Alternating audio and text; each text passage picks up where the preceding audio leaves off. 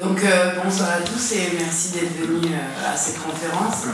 On va vous présenter le travail du collectif KKF Qu'est-ce qu'on fabrique, et avant ça on voulait à tout prix remercier Marceau Musée, en particulier Sifax qui nous a proposé d'intervenir ici, et Lison qui s'est chargée de l'organisation, et aussi bien sûr la Villa Arsan de nous accueillir, parce qu'évidemment c'est un grand honneur pour nous d'être à la Villa Arsan ce soir. Et cette conférence, elle va avoir un double but, ça va être de vous présenter le travail de Qu'est-ce qu'on fabrique dans les différents champs de l'art design et de la photographie qui sont leurs caractéristiques. Mais aussi, c'était pour nous un moyen de rendre hommage à la team KKF en fait, et à toutes les personnes qui nous aident de manière très très régulière et qui sont dans l'ombre, qui ne sont pas sur cette scène-là, qui sont devant.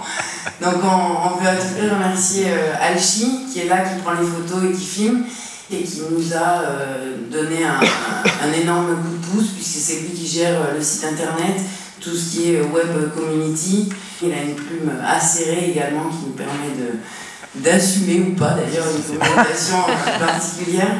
Donc un grand merci à Alchi, aussi à Yannick qui est juste à côté de lui et qui nous a apporté la rigueur, et donc un grand merci à Yannick aussi, et Florian qui est juste à côté, Florian Lévy, qui est un graphiste et qui nous a fait un travail absolument incroyable avec une efficacité impeccable, et du coup on est très fiers de ce travail. Merci beaucoup Florian.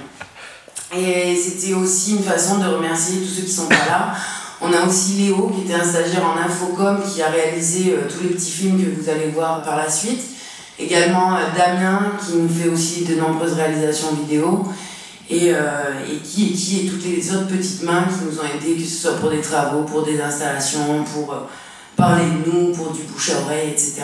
Qu'est-ce qu'on fabrique, c'est avant tout une aventure humaine et artistique, mais avant tout une aventure humaine qui a débuté en 2011.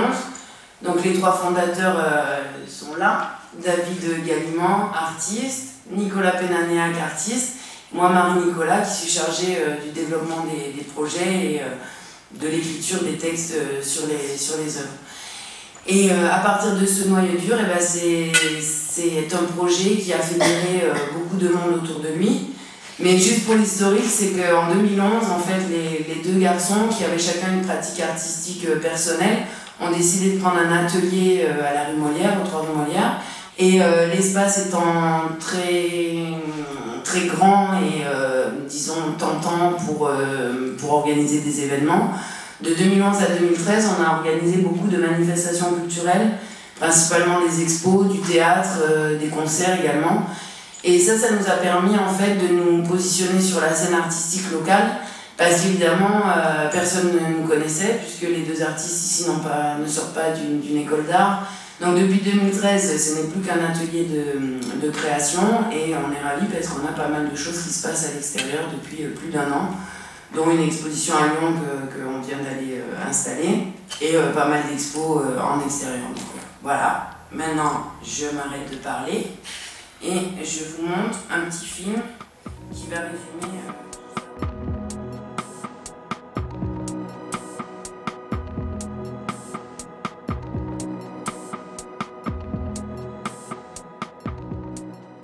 Nous sommes le collectif KKF Qu'est-ce qu'on fabrique, constitué de David Gallimand, K2, et de Nicolas Penanéac, K1, les deux artistes de Qu'est-ce qu'on fabrique, et je suis Marie-Nicolas en charge du développement et de la coordination des projets de Qu'est-ce qu'on fabrique.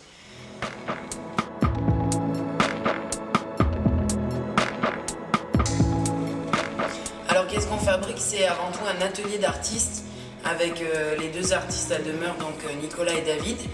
Un atelier d'artistes, donc un lieu de production où les artistes se concentrent à créer des pièces d'art et de design principalement.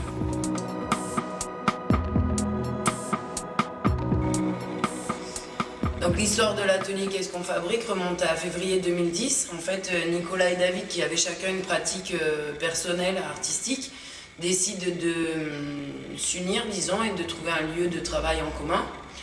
Et c'est de là qu'en fait naît l'aventure, et donc l'atelier du 3 rue Molière apparaît à ce moment-là, et les artistes vont l'investir et vont en fait récupérer ce qu'ils ont sous la main c'est-à-dire ce qu'ils trouvent sur les trottoirs, pour créer leurs premières pièces d'art et de design. En fait, l'idée du collectif KKF Qu'est-ce qu'on fabrique par ces productions est de renouveler le regard sur le quotidien qui nous entoure, en fait, par le détournement de ces objets ordinaires et devenus inutiles. En fait, les artistes invitent le public ou le spectateur à voir de la beauté là où il n'a pas l'habitude d'en voir, parce qu'ils arrivent en fait à transcender la matière brute et à renouveler justement ce regard sur les choses qui nous entourent. C'est presque une philosophie de vie assez positive.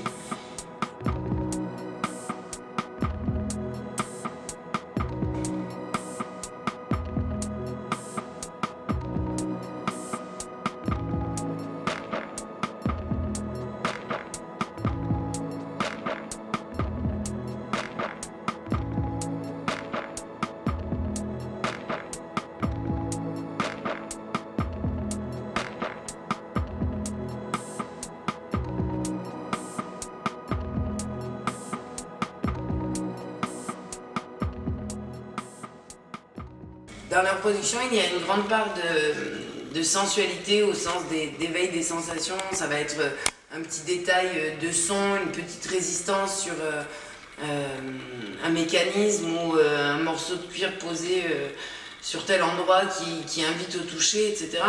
Il y a tout un jeu sur les matières qui fait que cet art est accessible et donne envie en fait d'aller vers lui. C'est un art sympathique en fait.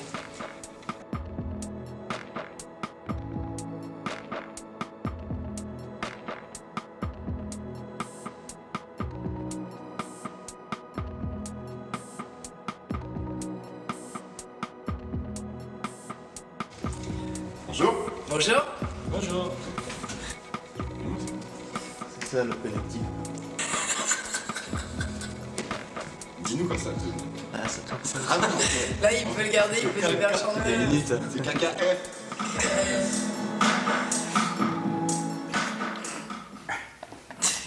Voilà.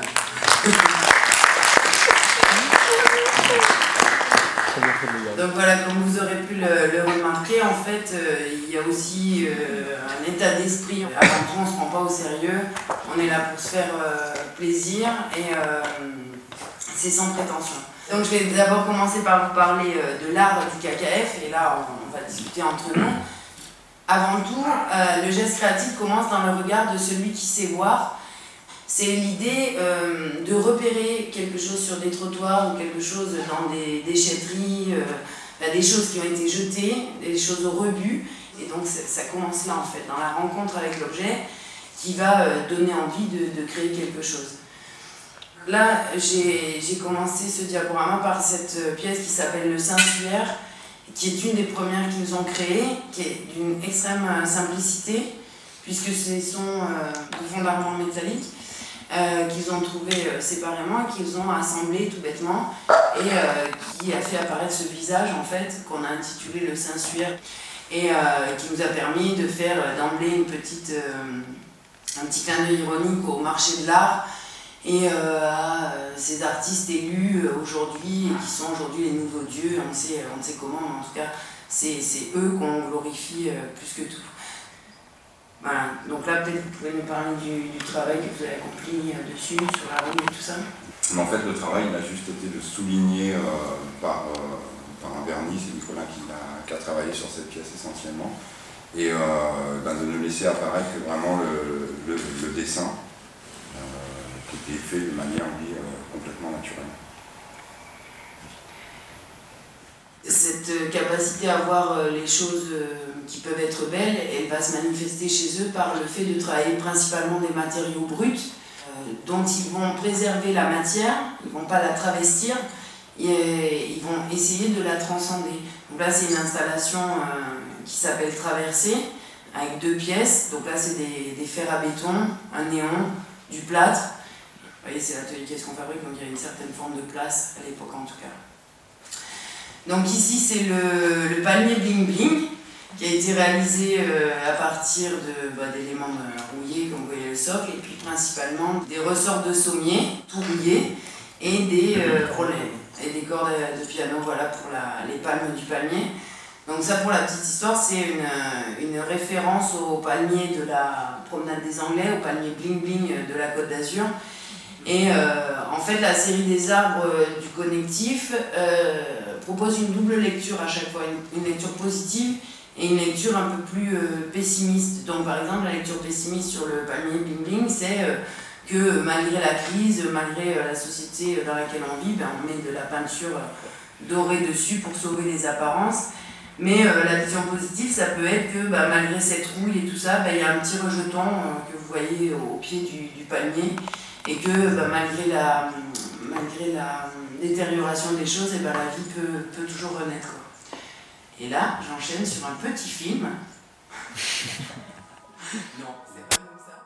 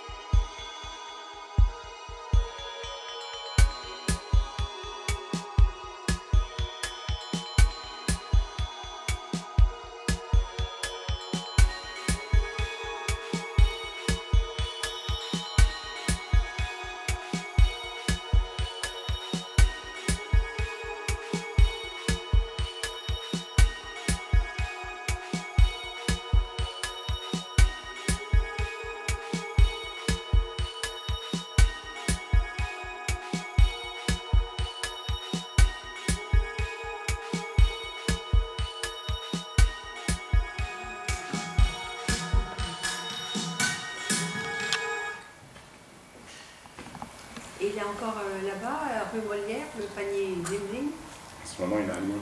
Ah, il est à Lyon. D'accord. Elle est allée jusqu'à Cravant. Là, pourquoi rester à Lyon? Voilà, donc dans la série des arbres, il y a aussi celui-là, l'arbre nuage. Donc là, extrêmement simple. Avec... Comment ça tient? Comment ça tient? Le nuage, comment il tient? Par magie. C'est ça toute la magie. Non, faire des fils de fer, des fils à pêche. C'est une pièce qui n'est pas très lourde, c'est des ressorts. Donc au maximum, ça pèse 10 kg. Et on a pris du fil de pêche 19 kg pour le gros poisson. Ça tue. On a pu le présenter en extérieur à Cap-d'Aille avec Nomei qui rendait bien. Et l'histoire de cet arbre, c'est que là aussi, double vision, une vision pessimiste qui est ce tronc marqué par des empreintes du temps qui marquent tout ce qu'on peut subir au cours d'une vie. Le nuage représenterait la mémoire des anciens qu'on laisse malheureusement s'envoler sans y prêter trop garde. Mais la vision positive de ça, ça serait de dire que l'esprit a toujours une capacité à s'élever malgré les contingences de la vie qui sont marquées par l'aspect rouillé et détérioré du tronc. Donc ce qui caractérise l'art du KKF aussi, c'est d'apporter un autre rapport à l'art en proposant un art vivant, notamment par le fait qu'il propose de toucher aux fruits défendus de l'art, c'est-à-dire qu'avec des pièces comme le pommier ici, le pommier originel, donc c'est un... On l'appelle les deux fois, sommier et pommier. Pommier originel, parce que c'est un sommier, donc encore une fois. Et l'idée, c'est que dans des moyens extrêmement simples, avec juste cette plaque métalliques qu'ils trouvent, et ils ont taillé évidemment le sommier. Et ce sont donc des pommes fraîches qui sont là, qu'on invite les gens à cueillir, à croquer, alors que d'habitude on ne doit jamais toucher évidemment une œuvre d'art. Et ce pommier, il a une vie propre, hein, puisque au fur et à mesure ces pommes fraîches tombent et pourrissent au sol. Ça nous plaît beaucoup cette idée que les gens puissent se réapproprier l'art après des années de choses un petit peu plus hermétiques. En tout cas, nous, c'est notre créneau, quoi. Et cette idée de cet art participatif, en fait, où les gens sont invités à rentrer dans l'art du KKF au sens propre, on l'a affirmé dès le début de l'aventure, puisque ça, c'est une pièce qui a été créée au moment de l'inauguration de l'atelier, en septembre 2011. Donc ça s'appelait le code couleur. Donc en fait, il y avait ce cadre monté sur 2 barres métalliques. Les garçons avaient fait un couloir de plastique et il était disposé devant des tas de petites éponges découpées et des tas de couleurs. Et les gens, lors de l'inauguration, le public, étaient invités à tremper dans la couleur qu'ils voulaient et à viser une de ces zones, un peu comme quand on était enfant, le 1, il fallait colorier en vert, le 2 en rouge, etc. Donc lors de cette inauguration de l'atelier, en fait, ce qui est affirmé, c'est que tout le monde est porteur en lui d'un acte créatif. Et ce cadre qui est là, c'était à la base une création encadrée, puisqu'on orientait un peu les gens, mais en même temps, pour viser, il fallait qu'ils traversent ce cadre. Donc c'était à la fois une création encadrée, mais à la fois aussi une façon de le dépasser. Donc ça, c'était une des pièces de l'inauguration. Et la deuxième, c'était celle-ci. C'était le Bubble Concept. Donc le Bubble Concept, c'était cette création-là, donc un cube qu'ils avaient construit avec au-dessus, là, ce que vous voyez, un distributeur de balles de ping-pong réalisé avec des ventilateurs. Ce que vous voyez qui dépasse là, noir, c'était, comment on avait appelé ça, le bubble tir ou je ne sais quoi, enfin une sorte de pistolet. Et donc l'idée c'était de se saisir d'une balle de ping-pong, de la tremper dans la couleur et de viser à l'intérieur du cube. Et à la fin de l'inauguration, qui a duré plus de 3 heures et tout le monde est resté jusqu'au bout, on a ouvert le cube, ils l'ont démonté, ils l'ont monté à l'envers, et du coup on a eu une création collective. Et là on poussait à fond, à l'extrême, en fait, la notion de connectif, qui est cette idée de connexion et collectif. On crée une connexion avec le public, entre l'art, les créateurs et le public. Et là, c'était poussé à l'extrême cette notion-là, parce qu'en fait, il y a une sorte de dépossession de l'acte créateur, puisque lorsque la personne le fait, elle ne sait pas ce qu'elle produit en tant que telle. Et quand on ouvre, personne ne sait ce qu'il a réellement produit en propre. Après, il y a eu cette pièce-là qui s'appelait Harpic. C'était une pièce sonore, vibratoire. Un art qui pique. Un art qui pique. Ça, c'était créé à l'occasion d'une exposition qui s'appelait Kling Krong Freeze et qu'on avait réalisée avec une ancienne élève de la Villa Arson, d'ailleurs, Esmeralda da Costa. Donc ça, c'était dans une pièce. Donc c'était une pièce éphémère, elle n'existe plus. Donc ils avaient créé un petit peu comme des harmonistes, tout un jeu là, avec des barres métalliques, de jeux de vibration, où le public, avec ces manettes que vous avez au premier plan, en fait, créait son propre orchestre musical. Et ce que vous voyez là, c'était des petites billes activées avec une pédale, ce qui fait que ça faisait des vibrations et des bruits dans tous les sens. Donc toujours cette idée d'un art participatif où les gens touchent à proprement parler.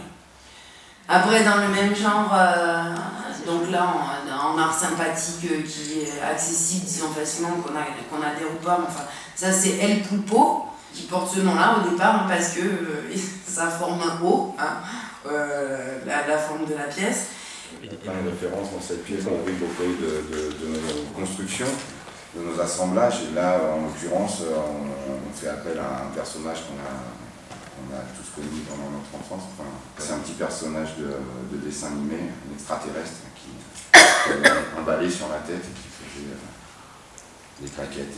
Donc quand on le bouge, en fait, le Pulpo, et le fait de vibrer sur ses pieds, puisqu'on peut en fait le pencher de ce sens-là, il reste quand même toujours debout, on peut le pencher de n'importe quelle manière, et la fait que tous les pieds vibrent en même temps, bah, il se déplace. Et donc c'est notre manière à nous, un peu à la rigolade, de parler de sujets sérieux tels que celui-ci, la pollution des mers. Ça c'était l'arbre méduse Médusens qu'on a créé, que les artistes ont créé à l'occasion du festival off du salon Franchement Art. Donc cette pièce elle est restée 1 mois dans la ruelle obscure à Villefranche. En fait cette pièce elle est entièrement phosphorescente, c'est-à-dire qu'elle elle marche par quart d'heure. Un quart d'heure on la gape de lumière du fait d'avoir un tronc lumineux. Et après on la présente dans un endroit obscur parce qu'elle est phosphorescente comme ces méduses dans la mer, et on a vraiment, quand on éteint la lumière, on a vraiment cette impression qu'elle flotte. Et bon, il y a une espèce de... il y a un trouble dans le regard qui se fait et ça fait une pièce vivante. Et là, c'est dans toujours cet art sympathique, ça c'est une production un peu à part dans la production du KKF, c'est SPO, Société Protectrice des Objets. Ça en fait, ça a été créé au moment d'une expo qui portait ce titre-là. Et en fait, maintenant on le décline parce que l'idée est vraiment aussi très caractéristique du travail de Qu'est-ce qu'on fabrique. Là, il y a une rencontre avec un objet qu'ils ne vont présenter tel quel, sans transformation aucune, directement apposé sur le mur. Et il a une force expressive qui va suffire et qui vont juste compléter de quelques traits en fait pour créer des personnages. Et c'est une idée de réintégrer ces objets abandonnés, devenus inutiles, rejetés par la société, etc., de les réintroduire dans la communauté des hommes en fait, avec des personnages assez sympathiques. Donc ici la mouche, la vache. C'est joli. Picasso disait 3 traits ou 4 traits et on savait ce que ça voulait dire. Et oui. Il était bien meilleur que nous. Et là, du coup... C'est lui qui vous avait copié. Alors, disons qu'il s'est inspiré peut-être. Sur les 3 traits du haut. Et là, je vous montre un petit film où on voit les artistes travailler sur SPO justement, parce que c'est présenté actuellement à l'Arenas, dans un cabinet comptable qui est en lien avec le réseau d'art contemporain Botox.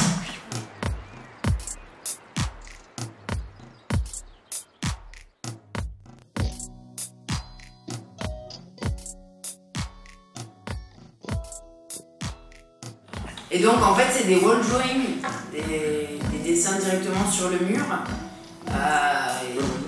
Des wall drawings. Des wall drawings. Nico. Wall drawing. On a répété hier. Parlez français.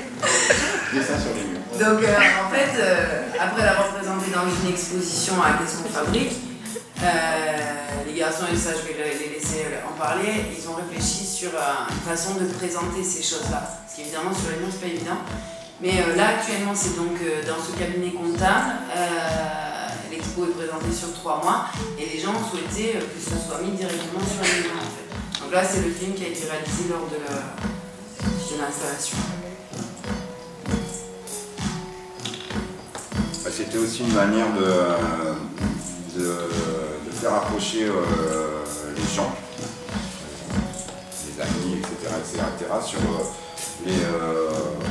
notre manière ou le pourquoi on travaillait avec ces matières, parce qu'effectivement, ce bidon verrouillé, de prime abord, il n'a pas forcément une tête sympathique, mais si on le regarde bien et qu'on a un échange, en tout cas un regard avec lui, quoi, et ben on pouvait lui donner une autre image que cette idée que celle qu'il avait de bidon tout abîmé. Et c'était l'idée de départ, c'était de prendre une pièce justement pour faire comprendre aux gens ce qu'étaient nos assemblages, de pourquoi on mettait plusieurs pièces ensemble, puis parfois on en retirait pour faire des compositions et tirer de là des objets ou des meubles, des choses comme ça. C'est le fait que chaque objet nous intéresse, même le plus banal peut avoir quelque chose à dire.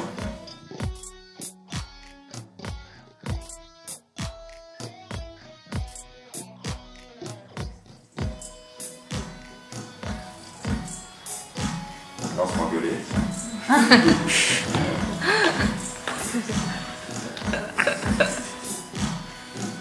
mais parlez-nous de cette histoire de support. Parce qu'en fait, il y a une galeriste qui était intéressée par ces pièces et qui nous a demandé de réfléchir à une façon de pouvoir les présenter pour que ça puisse se vendre, quoi. Et du coup, il y a une réflexion qui a été menée sur des supports et pour l'instant... On a travaillé sur différents supports qu'on a adaptés au fur et à mesure des montages, des assemblages et du travail qu'on a fait autour de ces pièces. Par exemple, autour de la petite fille, c'était intéressant de pouvoir, là je suis en train de la dessiner avec une robe à fleurs, et c'était intéressant d'avoir un support qui était aussi interactif où les personnes qui possédaient cette pièce avaient la possibilité, si elle était présentée par exemple sur un panneau bois, on avait la possibilité de faire un dessin d'un côté et puis un dessin de l'autre côté, ce qui rendait possible les deux habillages. Et ça devenait ludique aussi pour la personne qui s'intéressait. Donc il y avait une notion de choix aussi pour celui de jouer, en fait, de jouer avec les matériaux. Mais en définitive, quels que soient les supports qu'on ait choisi, trouvé, alors ça a été du fer, du plastique, du bois, etc. L'effet recherché, le fait de le mettre simplement sur un mur, on perdait quelque chose d'important. Ça limitait la pièce. Ça limitait la pièce et ça nous a pas convaincus. Du coup, c'est des propositions qu'on préfère faire directement sur les murs. Là, on a eu la chance, ils nous ont laissé jouer sur leur mur.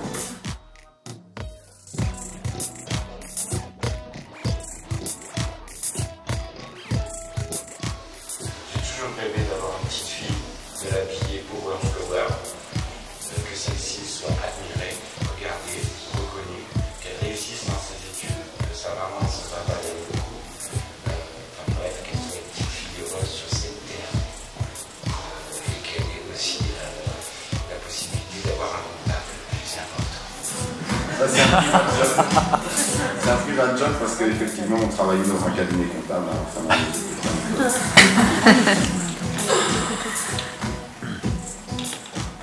Voilà, donc vous avez un aperçu de leur façon de travailler.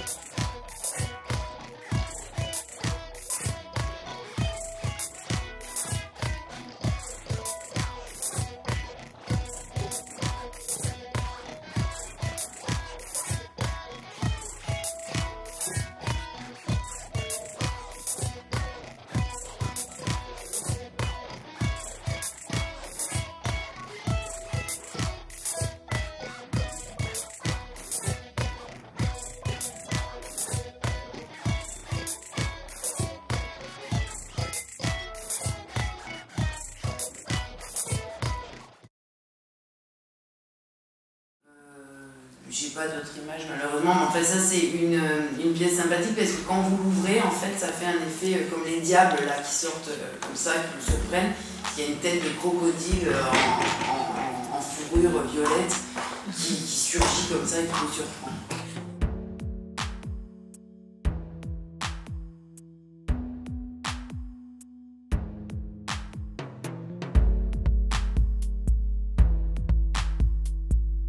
Magritte, flegmatique fulgurance, il la trouve, il la voit, il la trouve belle, il l'oriente un tout petit peu et il tourne le chapeau si je puis dire, et là apparaît ce personnage.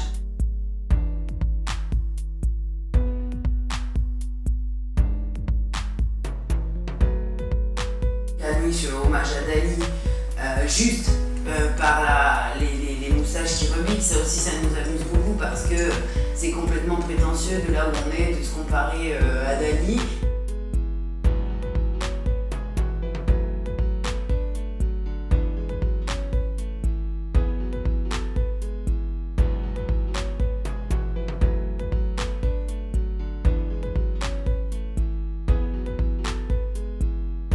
Après ça c'est le cheval D3,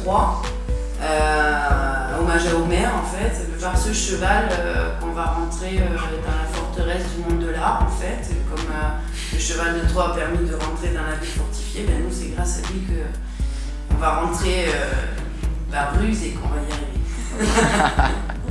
En définitive, quand on appuie dessus et qu'on la lâche, et ben elle se met au galop puisqu'elle tourne comme ça, donc ça s'appelle l'effet galop.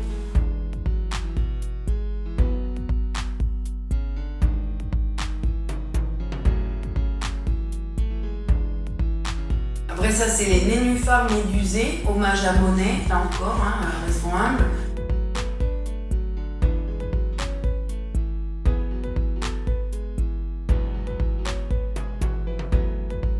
Après ça c'est les abeilles de Matisse. Donc là on est très fiers parce que cette pièce elle a été présentée tout l'été sur le parvis du musée Matisse de Nice.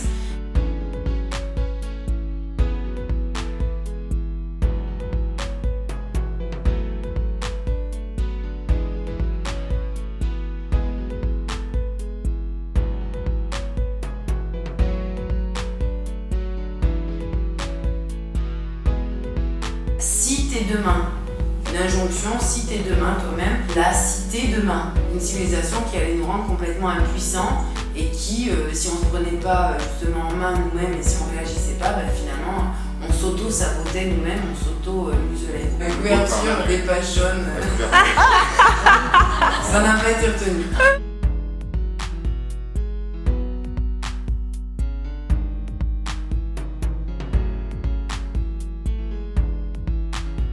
Donc ça c'est l'arbre bleu, un fer à béton qui a été trouvé sur le chantier qui est en face de l'atelier Qu'est-ce qu'on fabrique, dédié à la maladie d'Alzheimer. Donc ils ont vu l'évolution du chantier, ils ont été prendre ces fers à béton sur le chantier. Aujourd'hui il est présenté à Lyon mais il a quadruplé de volume. Au bleu de Nice, que ce soit le bleu de la mer, le bleu du ciel, le bleu de Matisse, le bleu de Klein évidemment, mais aussi les chaises bleues de la promenade, les vélos bleus, les autos bleus, etc.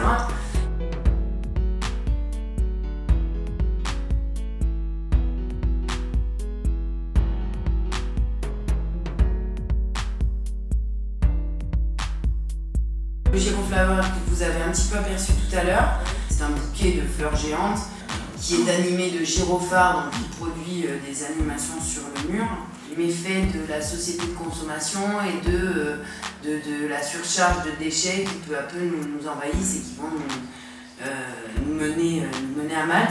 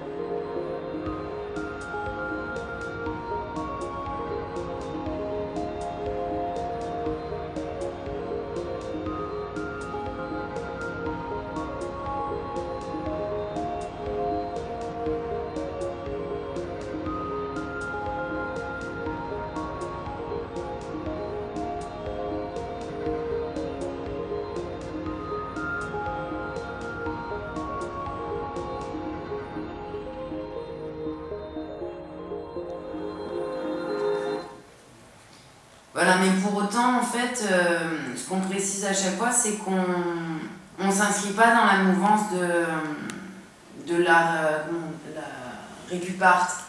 Parce que, quelque part, c'est pas du tout notre occupation, en vrai. Non. On appelle ça du ramassage, parce que c'est pas de la récup, c'est des objets choisis, donc c'est du ramassage d'objets. Et du détournement, ramassage et détournement. Donc vraiment, avec ça, on comprend le principe de base de création de Qu'est-ce qu'on fabrique, c'est avec rien, produire quelque chose. En art design, c'est la même chose, et en photographie aussi.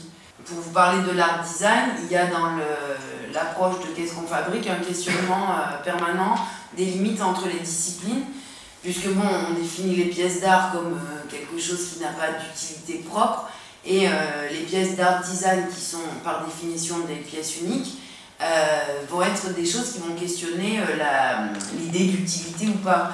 Donc ici, vous avez le fauteuil sur le béton l'herbe, donc un fauteuil en béton qui fait à peu près 100 kg et sur lequel est posé un tapis d'herbe folle. Et ça, c'est à la limite entre une pièce d'art design, parce qu'est-ce qu'il invite à s'asseoir, ou est-ce que c'est un message plus artistique. Il y a également cette pièce-là qui s'appelle le cyprès, qui est une pièce d'art design parce qu'à la base c'est un luminaire, mais en même temps c'est une lampe qui a une contre-utilité première, c'est qu'avant tout elle produit presque davantage d'ombre que de lumière. Là aussi pareil, ça c'est une pièce d'art design, c'est For You, My Favorite Clothes. C'est un dressing pour objet unique, pour vêtements uniques en fait. Et là je vous présente rapidement quelques pièces d'art design du KKF. On a appelé art design parce qu'on ne peut pas être dans le design pur, puisque le design ça se décline en série et que nous par définition ça peut être que des pièces uniques. Donc il y a des luminaires, donc la lampe ogive qui est présentée en permanence à l'atelier Qu'est-ce qu'on fabrique. Ça c'est le phare rouge alerte à Malibu, qui est présenté aussi en permanence là-bas. Alors ça c'est une très belle pièce, c'est le baiser du scaphandrier, le commandant Cousteau. Donc ça, je vous demande juste de me mettre à ma place quand les garçons me parlent du travail et je vois cette pièce et donc je dois écrire une notice dessus. Et on me dit, ben, regarde, c'est le commandant Cousteau. Okay. Pour nous, il y a plein de références. Il y a effectivement le bras articulé, il y a le rouge du bonnet de Cousteau, il y a le bras articulé de la Calypso, il y a le scaphandrier qui descend, donc tout ça, ça représente. Tout est très cohérent. Ça représente et on a beaucoup d'admiration, Nicolas et moi, pour ce bonhomme. Donc ça c'est une radio qui est transformée en luminaire. C'est un vieux radiateur qui s'appelle du coup chaleur psychédélique. Et c'est une lampe qui a des effets psychédéliques. Dernièrement elle change de couleur d'ailleurs, j'ai vu maintenant. Les pièces évoluent en permanence. Ça c'est Spoutnik. Donc avec ça c'est quoi un vieux radiateur des années 50. Ça c'est la bulle musicale. Donc une sphère en plexiglas avec des cordes de piano aussi à l'intérieur. Et là aussi ça questionne entre l'art et l'art design parce que c'est évidemment un luminaire, mais il y a aussi toute la dimension graphique des projections sur les murs. Et après en tant que mobilier pur, il y a ce cabinet tripode. Vous avez interpellé avec Nicolas sur ce meuble, je ne sais pas si on voit bien. Déjà, c'était un meuble qui avait passé au moins facilement 10 ou 15 ans dehors. Les deux tiroirs fonctionnaient toujours parfaitement. Donc nous, on est admiratifs aussi sur la manufacture qui était faite il y a encore 50 ans ou 30 ans sur les objets, qui faisaient des choses de qualité. Et sur la porte du haut, il avait dessiné lui-même, enfin en tout cas le temps, avait dessiné une propre cartographie, une espèce de planisphère, où il avait dessiné son propre monde et comment on se comporte avec les objets, si on peut le transcender à l'homme, c'est-à-dire avoir un changement de regard sur un objet qui n'est pas à son avantage, et bien essayer de faire la même chose avec un homme qui, à un moment ou à un autre, n'est pas à son avantage, mais qui peut, si on l'accompagne, changer du tout au tout et avoir une nouvelle proposition. Là, vous reconnaissez le pommier avec des pommes jaunes cette fois, et la table pied-beau au premier plan, où là, en fait, c'est une plaque métallique qu'ils ont trouvée et qu'ils vont travailler la rouille avec de l'eau et du sel, en fait. Ils essayent de ne pas utiliser des produits trop corrosifs. Ça, c'est le fauteuil bidon, ou bidon de secours, avec 4 jerrycans des années 30, qu'ils assemblent, qu'ils vernissent, et avec cette cette mousse jaune posée autour très vive qui ravive le tout. Ça c'est le fauteuil RN7, une des dernières productions. Ils ont récupéré toute une collection de cravates ayant appartenu à une seule et même personne. Donc c'est l'histoire un petit peu de toute une vie. Et ils avaient aussi une assise, une ancienne assise de 2 chevaux, en vrai ou pas? Pas vraiment 2 chevaux, mais bon, c'était d'une vieille voiture. On n'a pas trouvé, on fait des recherches pour savoir à peu près quelle pièce c'était. Et du coup, ça reproduit les vibrations qu'on pouvait avoir dans les premières voitures. Ça, c'est le meuble Redman. Donc ça, c'est l'exemple, par exemple, d'un travail très minutieux, puisqu'à la base, c'est un compteur électrique, un coffre électrique. Ça, c'est la table qui brouille, donc avec le même principe de travail du plateau avec du sel et de l'eau. Ça, c'est le tabouret circassien avec une selle et puis un volant de carte. Un volant de carte. Et ça, c'est la Tower Light. Pareil, vous voyez les éléments bruts qui sont transcendés sans travestir la matière, c'est vraiment ça l'idée. Et les apératistes, c'est un travail en photo. L'idée, c'est là aussi, c'est pareil, c'est le même concept de, avec rien, faire quelque chose. Donc l'idée de l'apératiste, c'est de convoquer des gens. De convier. Oui. D'inviter, des fois. D'inviter, voilà. Des gens dans un espace public et de les faire rentrer dans la proposition des artistes. Donc il y a David qui est à la mise en scène et Nicolas qui est le photographe. Donc en fait, là il y a vraiment une participation du public qui va rentrer dans la création et ça donne des choses comme ça. Donc là c'était dans une rivière de l'arrière-pays avec plein d'argile, une eau très argileuse. Donc les gens se sont badigeonnés debout et ça a donné cette série-là de photos. Après ça c'était dans un lavomatique. On s'était donné rendez-vous dans un lavomatique pour un apéro, donc l'apéro-artiste. Et du coup on est rentré dans la proposition et il sort une série qui là raconte une histoire en fait. Qui finit bien. Ça rappelle le 7e élément. Et ça, on clôture sur cette série-là qui s'appelle Le Monde à l'envers et qui est en fait le début de notre aventure. Parce que bien avant l'aventure de KKF, en 2009, on s'est rencontrés lors d'une sortie nocturne. David m'avait convié à une sortie nocturne. Convoqué là pour le coup, voilà. Convoqué à une sortie nocturne. Et en fait, les garçons, c'était la première fois qu'ils sortaient faire un acte créatif ensemble. Et l'idée, c'était de déambuler dans les rues et avec ce qu'ils trouvaient sur les trottoirs, de poser des choses sur des murs, enfin d'essayer d'en faire quelque chose avec une prise de vue immédiate. Et du coup, il y a eu eux, ils créaient, et moi j'avais un petit carnet et j'écrivais tout. Et c'est de là que naît l'aventure. Du coup, il y a des choses un peu drôles qui sortent. Le golfeur, le nain de la République. Et voilà. On va finir sur le nain de la République.